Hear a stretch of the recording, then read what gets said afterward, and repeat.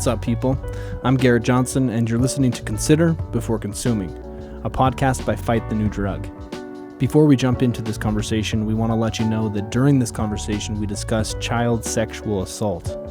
Listener discretion is advised. Today's conversation is with Heidi Olson. She is a SANE nurse. SANE is an acronym which stands for Sexual Assault Nurse Examiner. This conversation was very eye-opening for me. Learning from Heidi helped open my eyes to just how prevalent child sexual assault is and how porn consumption can increase the number of assault cases. Of course, it was a heavy convo, but it was also inspiring to learn from Heidi, who is on the front lines helping to keep kids safer. Speaking of keeping kids safer, if you're a caregiver, then you should check out Bark. First of all, it's easy to use and it's effective. Bark is a technology that can identify threats and or signs of danger, such as cyberbullying, suicide ideation, depression, sexting, and internet predators. Simply put, Bark can help keep your kids safer online. Normally, Bark does a 7-day trial, but for our listeners, Bark gives you 30 days to try it for free. You can visit ftnd.org/bark. That's ftnd.org/bark. Or click on the link in the episode notes to try Bark for free for 30 days. Now, with all that being said, we hope you enjoy this episode of Consider Before Consuming. Okay, cool. So we are excited to welcome Heidi Olson to the podcast. Consider Before Consuming, as you know, I'm assuming just the name gives it off that we want people to consider things before consuming pornography. And we're excited to have a conversation with you and learn from you.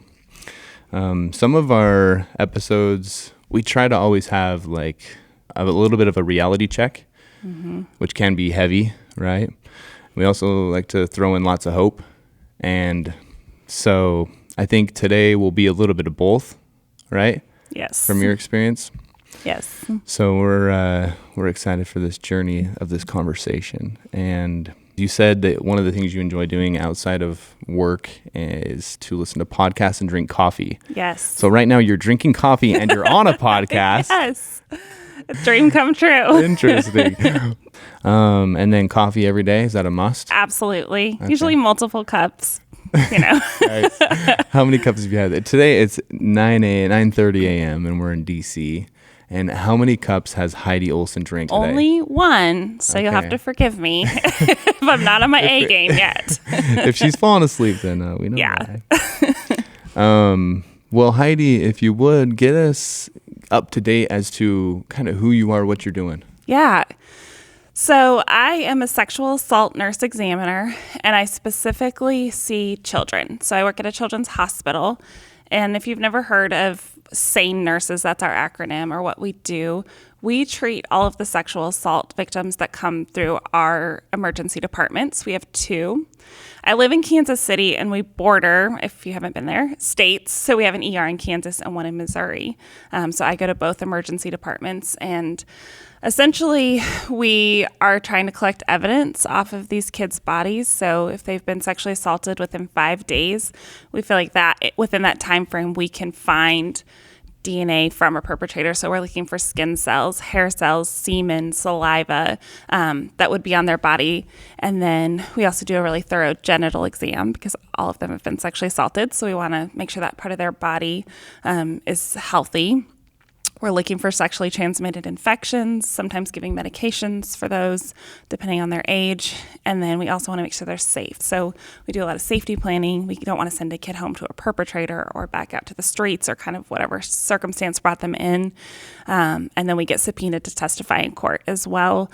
Just sometimes it's at a state level, sometimes local, federal, just depending, again, on what the case was that we saw. I think for a lot of our listeners, in our day-to-day, we don't think of stuff like this. Right. And in your day-to-day, this is kind of what you have to deal with. Yes. And have to help these kids deal with? Right. I think most people are generally oblivious to the fact that child sexual abuse is so incredibly rampant in the United States. It's happening all of the time. We see about 1 to 2 sexual assault victims every single day. And in the last 2 years, I have either performed or reviewed well over 1,000 sexual assault forensic exams. So, I mean, we're just seeing a huge number of victims. And we also know that the vast majority of children did not disclose their sexual abuse, or it takes them about 2 years to disclose it. So we're just way seeing, past the 5-day right, mark. exactly. We're seeing maybe 5% of the children who are being sexually abused in our community, and we're still, seeing 1 to 2 kids every day. If you think about what that means, there are thousands of kids who are being sexually assaulted in the United States every day, which is really overwhelming. That is. One of my questions is, how do you deal with this? What made you choose this occupation? Yeah, it's really heavy, for sure. There's no denying it. That's probably the number one question I get asked by people is like, how do you do this job? So I think you have to feel passionate about this population to have any type of longevity in this field. I think when people go into it like, oh, it'll just be an extra job, or like I can make money or whatever, like not that that's the motivation for most people, but they get burned out so fast. They usually don't even finish orientation because it's just like, oh no, I didn't sign up for this amount of secondary trauma. So I think what motivates me has been my own life experiences. And when I was in high school, one of my really good friends was sexually abused by a well-known adult in our community. And our community just divided. Half of the people supported him. He was actually a pastor in our community. And the other half, so half of people were blaming her. She's a child. The other half supported her. And I think in that moment, I just felt like I want to stand in that place and say, I see you. I hear you. I believe you. Like, I want to walk alongside you the best I can. And so, of course, we don't live in a perfect world. So with kids in the ER, I usually don't ever see them again. But, for those 3 hours we're together, if I can validate them and say, like, I see you, I hear you, I know this is painful, I believe you, I think that matters. And so that motivates me to keep on doing this. And I feel like if we can honor these kids and do a good job and advocate for them, someone needs to be doing that. So we have a really broken criminal justice system. A lot of these kids aren't believed. They go back home to really dysfunctional families. And so like, I can't fix all of those things, but I can make them feel safe, hopefully, for a moment in time. And I think for me, that's a motivator. But I've definitely had to learn how to take care of myself and set boundaries and say no to things in this job, because if you go in thinking you can save every kid, you're going to burn out and be jaded so incredibly fast. So a couple of things as you were talking, you mentioned that your validation to the kids, like, hey, I believe you, and your acknowledgement of the pain that they're going through is important to the kid. And I just kind of wanted to emphasize that yeah, it must be important for them. One thing that I would see as a benefit to the kid hearing that acknowledgement is that they're kind of you're acknowledging that this is not okay. Mm-hmm. And when it comes to abuse, sexual abuse, the kids are kind of often groomed to think it's okay.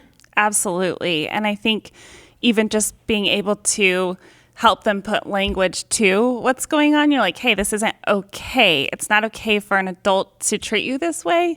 I think there's almost a sense of relief of like, okay, I think I was having red flags, but then exactly, they're groomed into it a lot of times. And so I think being able to validate that is huge. And there's research that shows when first responders or parents, kind of whoever a kid tells first, believes a child, their mental health outcomes are far better than kids when no one believes them or won't validate them. They really struggle. Of course, you're saying something so vulnerable, and then imagine everyone be like, yeah, no, that didn't happen to you. Yeah, that's... So do you know the percentage, like if a kid is validated that first time, that first interaction when he or she first tells a trusted adult, is there some type of study showing that what percentage of kids are going to kind of speak up for themselves and intervene or get out of the situation in a healthy way? That is a great question. I cannot think of off the top of my head like an exact statistic. I'm sure that type of study exists. I'd have to go look back through our articles. But that'd be interesting. Yeah, it would be really interesting. I know for sure that, I mean, we do know when a child is believed, they typically are only telling us kind of the tip of the iceberg of their assault. And so when they're believed and validated, they feel safe to tell more and tell more. Which makes a lot of sense. Yeah, so it's really important for us to believe and validate it's part of the them. investigation. Exactly. Okay, interesting. Well, one thing that you mentioned that kind of sparked a thought in me was that it was a well-known adult, or oftentimes it's, in your case, it was a well-known adult, you said. Yes, it was a pastor. And one of the thoughts that was sparked in me was the Larry Nassar documentary. Mm-hmm. Have you watched that by chance? I listened to a podcast that NPR did on it, but I haven't watched the documentary. Yeah, my wife and I actually were able to watch it, and it was very sad to see that he was so well-known in the community, and he was just exploiting the situation. Mm-hmm. And one of the saddest parts about this Larry Nassar example is that one of the girls that he abused, she was the girl that sparked this whole flame, like this whole fire of girls coming out. She was the initial spark because she wasn't one of his patients. Because his excuse again and again was, well, we're just doing medical procedures here. And so she came out and said, no, he abused me and I'm not a patient of his. Right. So then that sparked courage in others to come out. And one of the things that was very sad to me was that her dad, the girl who came out and made this spark and started this kind of enabled others to feel the courage to speak out as well, her dad didn't believe her for years. So that was very sad to see that she was having to deal with that in her life. I wanted to ask you, have you noticed or have you had any examples where because one person has spoken out, whether it's a kid or an adult, where it has given other people courage to speak out? Yes, that happens a lot. About 90% of children know their abuser. And so quite frequently we will have kids in a family where one speaks up and then, the two younger siblings are like, yeah, that's happened to me too. I've seen that more times than I can count. We've also had teenage girls that will come in and say, this happened actually a few months ago. I took care of this really sweet teenage girl.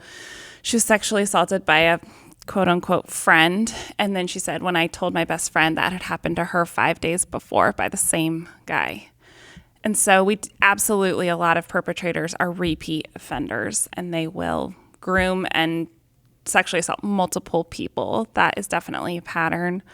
So yes, we have never had anything like the Larry Nassar case where there's hundreds of victims connected to one person, but that easily can happen when an institution protects someone and they continue to groom and perpetrate. So really being able to stand up for that one person hopefully stops that cycle. So many people have experienced sexual abuse, sexual violence, exploitation, and it matters. Like, that is a big deal, and you did not deserve for that to happen to you. I think sexual abuse is so insidious because there's so many confusing elements to it. Like, a perpetrator will make you feel like it's your fault, or you deserved this, or you were seducing me. And then we live in a culture, well, what were you wearing? Were you drinking? Like, instinctively, it's your fault if someone decides to sexually abuse you. And so I think to speak up, you already know there's like this wall of criticism. Exactly, that's going to come for you. And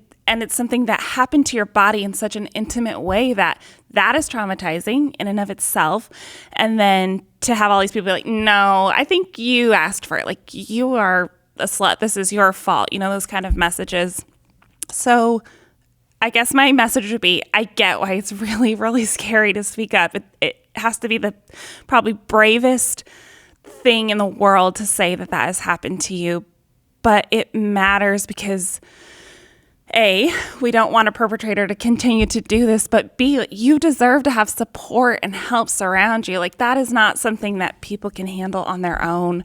As much as it might feel like, no, I got it together, I don't need to tell anyone, like that, it's a big deal. It's a really big deal. So, even if it feels like, well, I don't want to like go to the police or whatever, like, then I would just encourage, if you've experienced any type of sexual abuse or violence or exploitation or whatever it looks like just even talking to a therapist about, hey, I need to get all these like thoughts and feelings out, and have someone say like, yeah, that wasn't okay. There's power in, I think, speaking things out loud and having another human say, yeah, that's not okay. That was not your fault. That's really healing. But some states don't have statutes of limitations. So if you were sexually abused as a child or even 5 years ago, some states you can go back. And again, I think the criminal justice system isn't perfect. I don't think everyone should maybe go down that route if it's going to end up being more traumatic than it's worth. But there are types of recourse or ways to have some semblance of justice, I think. So, I wouldn't just chalk it up to a lost cause. If it's like, well, I never said anything before, I think it's worth speaking out about, even if it happened 30 or 40 years ago. I agree. And I know I think it's for all of us humans, no matter what we're dealing with, to speak about it can be very challenging, but so empowering. Yes. And so we just kind of want to encourage you listeners, if you've been a victim of sexual abuse, or if you're a caregiver, you need to have these important conversations. Mm-hmm. Heidi, what advice would you give to caregivers on conversations that they can have to prevent this kind of stuff from happening? Yeah, I think that's really important, because I think a lot of times in our society, we put the focus for prevention on victims. So don't walk alone. Don't, go out late at night. Don't whatever, like, it's your fault. You have to prevent this. But I think especially with parents, it's an adult's job to protect a child. It is not their job to protect themselves. And I think some of the things parents can do to empower their kids, or even just to give their kids language to be able to speak about this. So teaching them the correct anatomical names for their body parts is really huge, because we've had kids make disclosures and we don't know what they're talking about, because they've been taught that their private parts are called like, a cookie or a cuckoo or whatever. And it's really hard to know. Are you saying that groomers would teach that? No, parents are teaching like their kids, oh, you call your vagina, cuckoo or whatever. Well, then it's really hard, say for a daycare person, when the kid's saying my cuckoo got touched, it's like, well, what is that? What are you talking about? So this kid's trying to disclose abuse because they don't have the language to do it. It can get pushed aside or discarded. So it's actually incredibly important to give kids the language to say, hey, this happened to me. But obviously that's on the prevention side. I think it's important to empower kids with knowing what abuse is. Because again, a lot of times they're being groomed. It's hard for them to know, is this normal or not? So to say, like, it's not okay for anybody to touch these parts of your body. You can say no if someone wants to hug you and you don't want that. Even early stages of this is what consent looks like. You have control of your body. You don't have to do anything you don't feel comfortable doing. I think that's really empowering.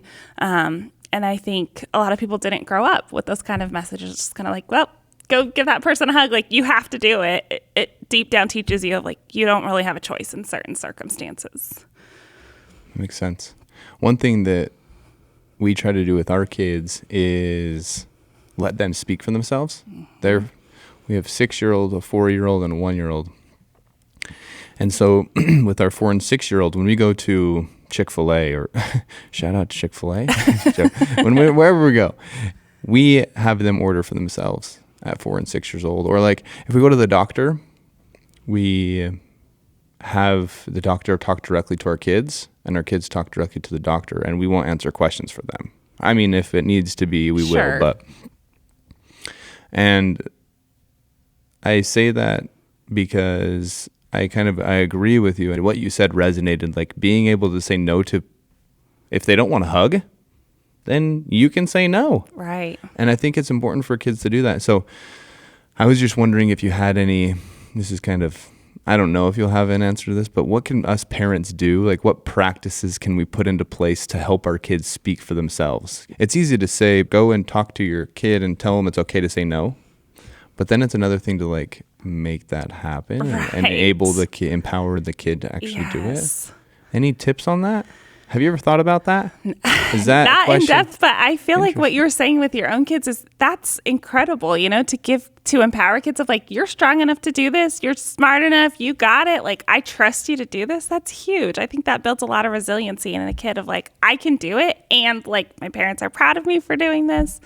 I think that's really powerful. So I think that can translate into a lot of things, even with the same thing of like, I don't want to hug this person, for a parent to, again, give that positive affirmation of like, okay, that's fine. That teaches them really strong, I think, lifelong lessons of like, I'm not going to get shamed. I'm not going to get in trouble. And I stood up for myself. Yeah, that's awesome. I actually asked you that question just to validate my parenting. So just joking. Well done. No, I did it. I was really looking for other tips, but no, that was good. Interesting. Well,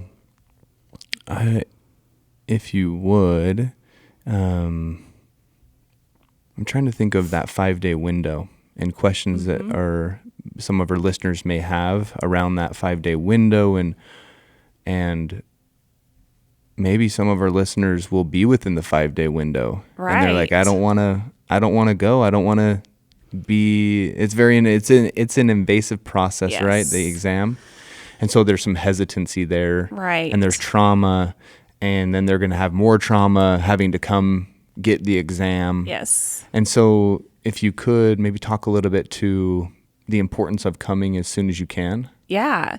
So because a large part of a forensic exam is collecting evidence, then, of course, the sooner that you come to the hospital, the higher the chance that we can find evidence on someone's body. So if someone hasn't showered or they still have the clothes from their assault, those types of things, those are incredibly helpful in a criminal investigation. The entire intent behind collecting evidence is for a criminal investigation. And so I think that strikes fear into a lot of people who feel like, oh no, I don't want to file a police report. Because that's going to disrupt their family life. Exactly, yes. And so if you're an adult, the good news is you can have a forensic exam. By law, you can go to any ER and request one, and you don't have to file a police report. You get to make that decision as an adult. So you can have what we call an anonymous kit be done. They still collect all of the evidence. And some programs have different time frames. We use 5 days based off of research, just of what we have found and not found after 5 days. But they can find DNA typically longer in adults because usually there's semen in the vagina and that lasts longer. Kids are typically not always assaulted penile to vaginal. So adults, there's typically longer time frames. But either way, you can have a forensic evidence kit be done, or like traditionally people call them rape kits.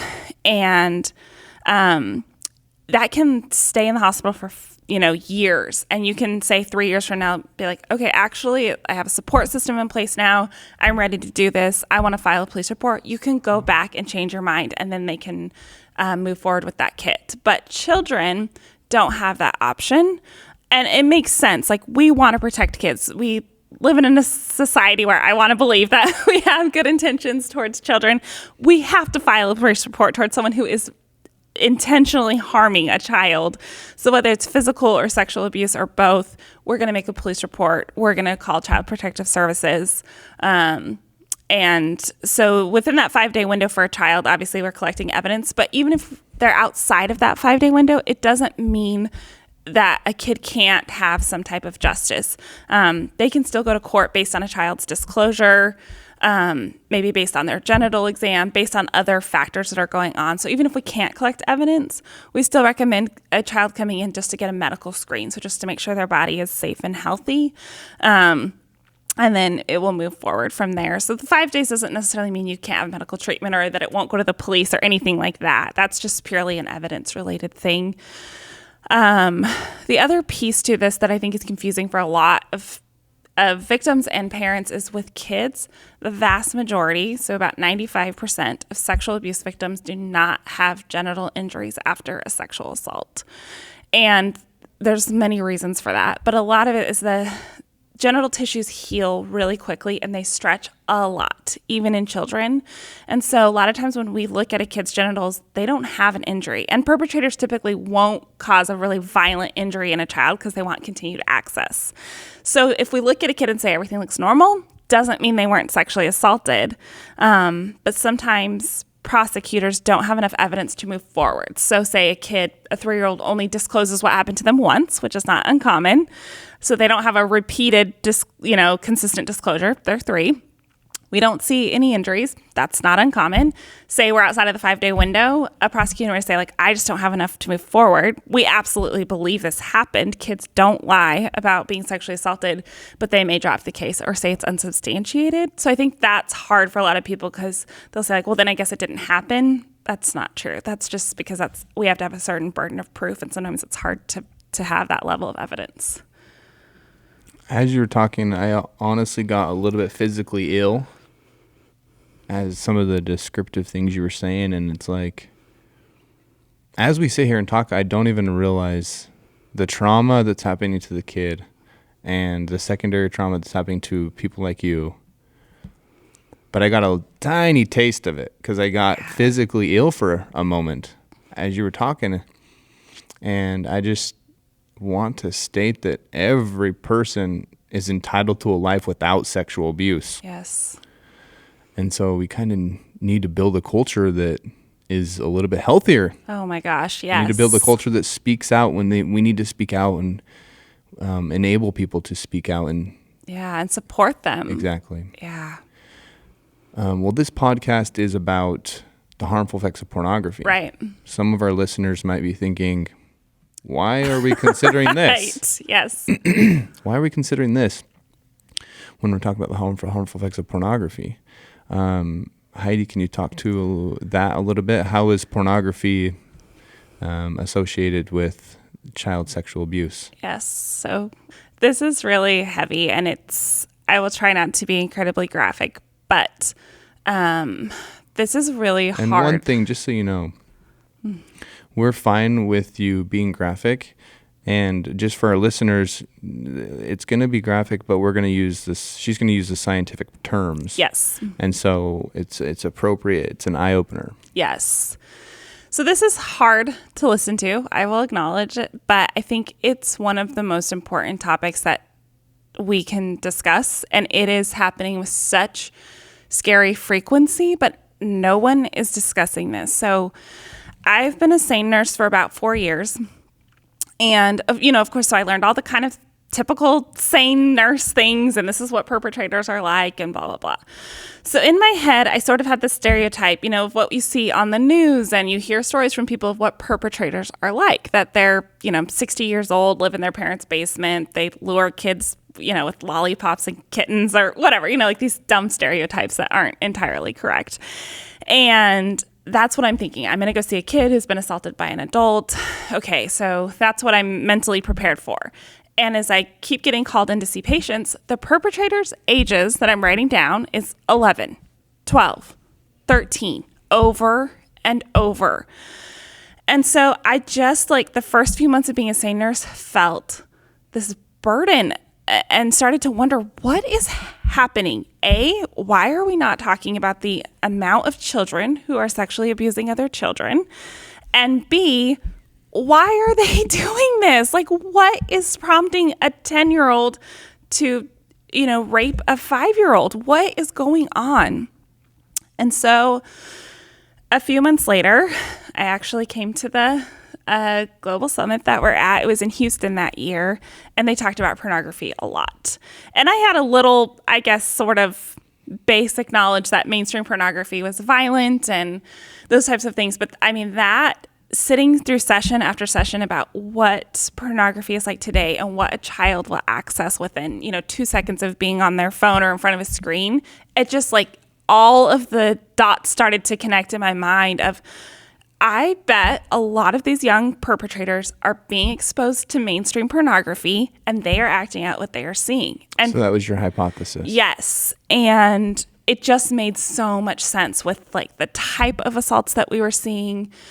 A lot of these kids, they're coming from across the board in terms of like socioeconomic status and demographics. So it's not just, oh, these are all kids who are in foster care, or like, we'd sort of have the stereotype of like, well, they've probably been abused themselves. I mean, these are kids in intact families that we would say are quote unquote normal, or, like shouldn't have a lot of risk factors, but they all have access to screens.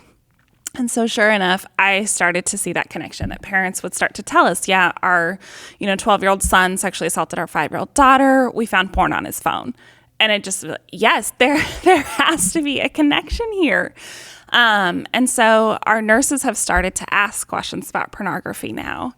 And there's just, pornography is a factor, is connected with so many sexual assaults, and with adults as well. So, when you hear stories of an adult who sexually abused a child, and then, they find, 1,000 images of child porn on their computer, it's kind of like, well, yeah, of course. But that same thing is also applying, that kids who are sexually abusing other kids, they oftentimes have been exposed repeatedly to pornography. So they're acting out what they're seeing. A lot of these kids also may have other risk factors. So maybe they do have their own trauma, their own abuse, attachment disorders, but then looking at pornography is just like pouring gasoline on a fire. It's just fueling that behavior. So we absolutely are seeing just this huge correlation between child-on-child sexual assault and then pornography being a factor in the perpetrator's decision to act out. And that has been so, I think, overwhelming and disturbing. In 2017, almost half of our perpetrators were minors, and we saw 450 kids that year. So hundreds just in your of location. Kids. Yes, just in Kansas City. So this isn't part of your job, so I don't know if you're going to know this, but do you know of any research that shows a link between pornography and then sexual abuse?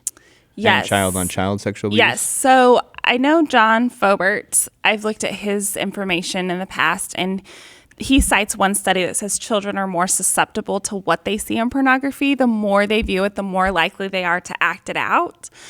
In some ways, I think it, people might say like, oh, this is confirmation bias. You had this idea and then you're putting it together. But there are times that we may not even ask about it and it comes out, that someone says, a child tells us, oh, this person showed me porn, or we get a disclosure that it's directly related. We had a teenage girl who was raped by her brother.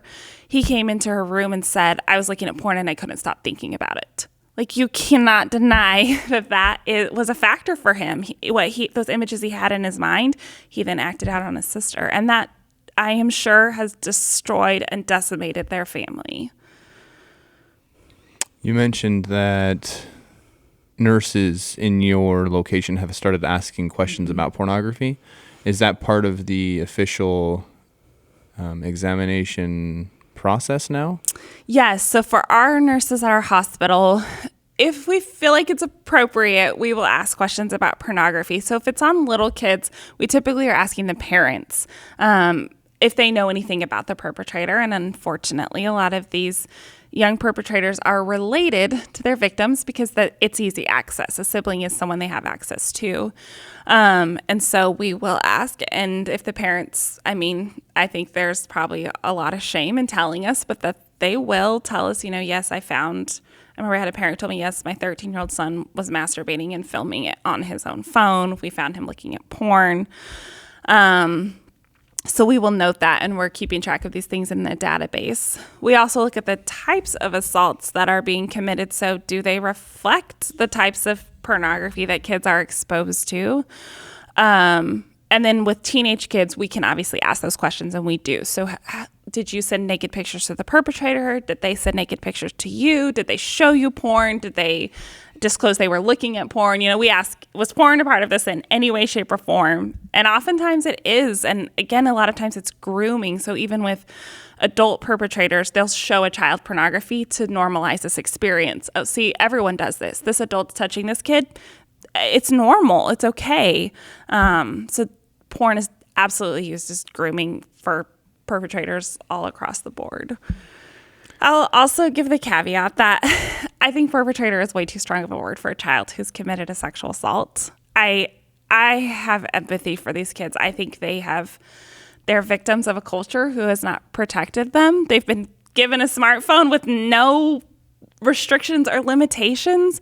Like, of course they're going to stumble on porn and be like, this is awesome and terrifying all at the same time. And so I think youth with problematic sexual behaviors or something like that is probably a better term, but we use the term perpetrator when we chart and legally, so it's just kind of stuck in my head. But I'm not saying that these kids should be thrown away or that there's no hope of, them changing or anything like that. I don't want to sound like I'm against them. I think it's really sad all the way around. Their advocate as well. Yes. In some ways. Yes. One of the things you mentioned was that you said, of course, they're going to stumble upon porn. Yes. They're given a phone, and of course, they're going to stumble upon porn. Well, I think a portion of our listeners might disagree. They might say, my kid doesn't look at porn. Mm-hmm. He or she is a good kid. Right. Oh, every parent tells me that. Like, my kid would never be the one that was going to look at porn. So, okay, yeah, they might not be, when you look at their search history, they may not be searching for porn, but they're being shown porn in the locker room. They are being shown porn on the bus. Kids are watching porn in class. Their friends are talking about porn. Their friends have downloaded Pornhub's app and are looking at stuff. You can stream porn directly through Snapchat and Instagram. So it doesn't have to be on your kid's search history.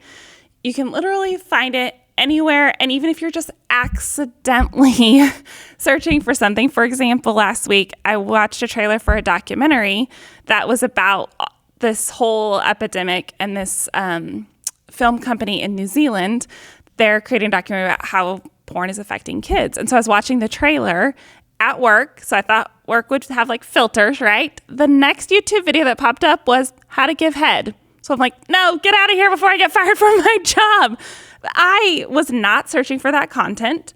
I'm at work. I thought it would be filtered. Nope, it just popped right up. So if I, as an adult, am trying to make good informed choices, as a kid, it's almost impossible to not be exposed to it at this point in time. It is everywhere. And then we know kids, their brains are not fully developed. So I think about being in high school, and if something was really shocking or crazy, you wanted to show somebody else, right? Oh my gosh, guess what I saw? Well, we didn't have smartphones when I was in high school, thank God. But of course, kids are going to be like, I saw this really horrific thing in porn. Look at it. I want you to share this experience with me. You know that's happening because that's how kids' brains work. And so I think when parents are like, no, not my kid, you have to wake up. Your kid could be awesome and resilient and say no. The porn industry is coming after them, unfortunately. One of the challenges we face as a society is that we have parents trying to describe pornography, but they're two different generations. Yep. It's two different things. And so there's a little bit of a disconnect. The phrase that you used that I thought was interesting was you said that when kids are first exposed to pornography, it's very probable that they're going to feel awesome and terrified at the same time. Can you maybe talk to that a little bit more, give us a little bit more insight as to why that might happen or how that can be confusing? Yes. So I completely agree. I think most parents I talk to, or most nurses, or just any adults that I'm giving a talk to about child and child sexual assault or pornography, they're so shocked by the level of violence that is in mainstream pornography today. There's a Grand Canyon-sized chasm between what kids know pornography is like and what parents think. So they're imagining Playboy from 40 years ago and oh, my child saw a naked woman online. Okay, that's probably not great, but whatever, boys will be boys kind of thing. They have no idea what their kids are being exposed to. And so pornography, by what it is, it creates a physiological response in our bodies. If anyone sees pornography, you're going to have a reaction to it. You can't help it. It's a reaction. It's a large percentage of people. Yes, exactly. Not everyone. You're right. Thank you. The large percentage of people, you're going to see it and you're going to have feelings towards it that you cannot control. You're going to be curious. You may be turned on. You're getting this dopamine response in your brain, which feels really good. So that's the awesome part. Like, whoa, I kind of liked that. But the images that kids are seeing are extreme violence. So it's not like an image of, oh, these people are having kind, consensual sex with each other.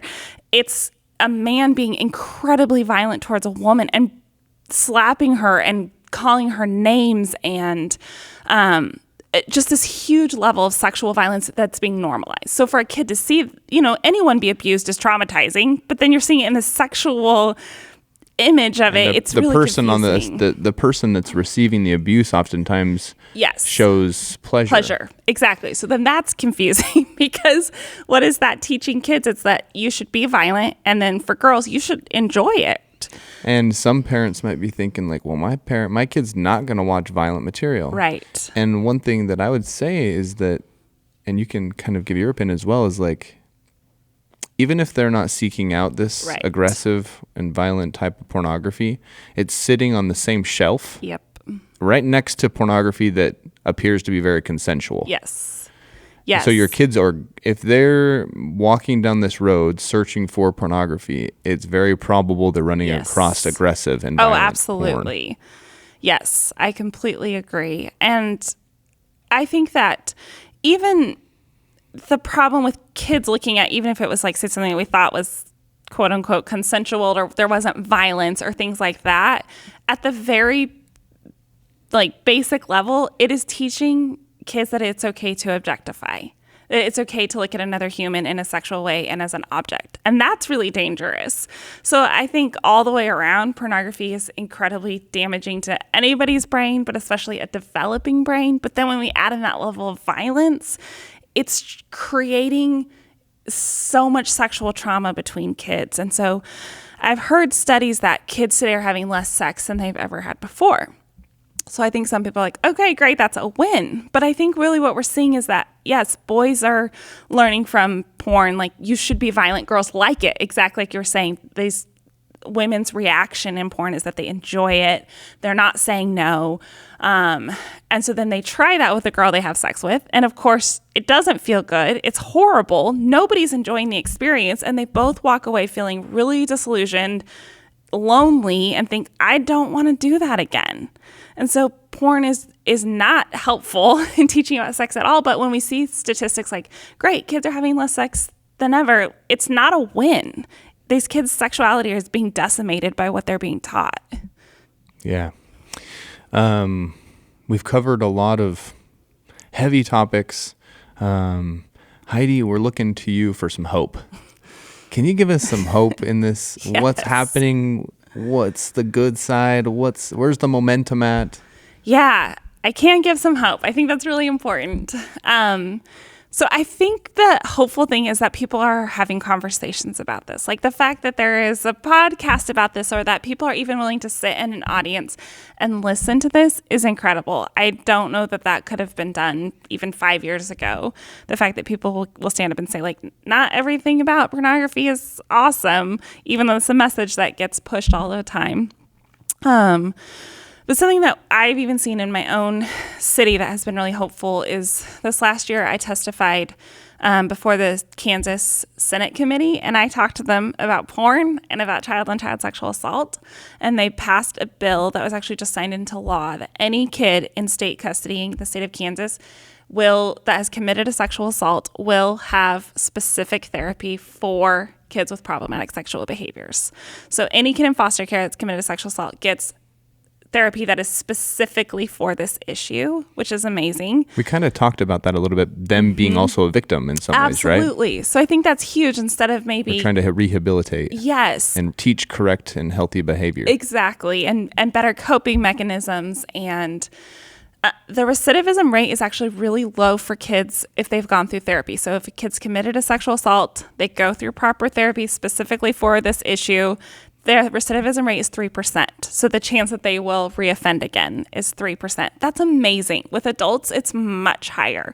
So I think if we can intervene with kids and say, like, hey, this isn't healthy, like, how do we learn how to have like healthy relationships with other people? There is a lot of hope for these kids. They go on to lead healthy, productive lives.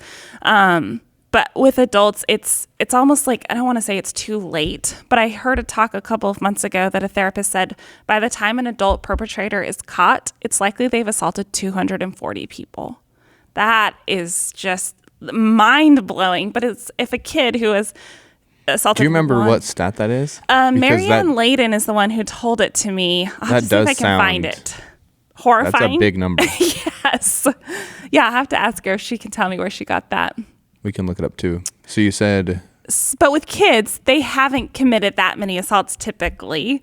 And so I think if we can intervene after they have started going down that road, there is hope for them to not grow up to be a perpetrator, spending the rest of their life in the criminal justice system, in and out of prison. So I think that's really hopeful. It's really hopeful to me to see different, I think even in Kansas City, religious groups coming together to say like, hey, how do we get on board with this? How do we teach kids about healthy sexuality and porn? All of those things really make me hopeful. So I'm grateful people are having conversations about it.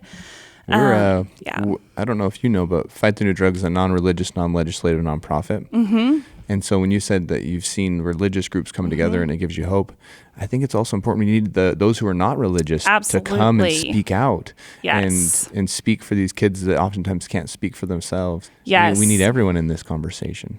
We do. And I think because of the amount of children who are currently being exposed to pornography, like no one can be left out of this. Like everybody has to be on board. Well, we appreciate everything you're doing. You've examined over 1,000 kids. Mm-hmm. I just want you to know, Heidi, that what you're doing is great. And thank you. You seem like a very cool person. You have a nose ring and a little cool tattoo. It was just a very good conversation and so much good insight from a person who's been on the front lines. So we appreciate you, Heidi. Yeah. Thanks for coming. Thanks for having me.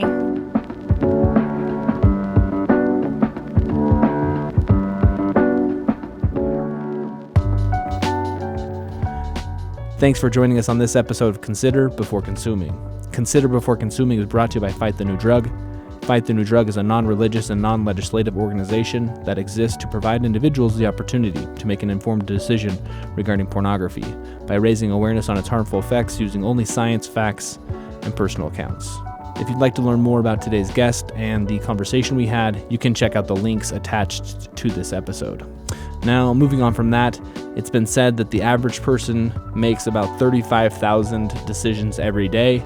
With all that decision making that you do in a given day, we sincerely are grateful that one of your decisions today was to listen to this conversation. So thank you. As you go about your day, we invite you to increase your self-awareness, look both ways, check your blind spots, and consider before consuming.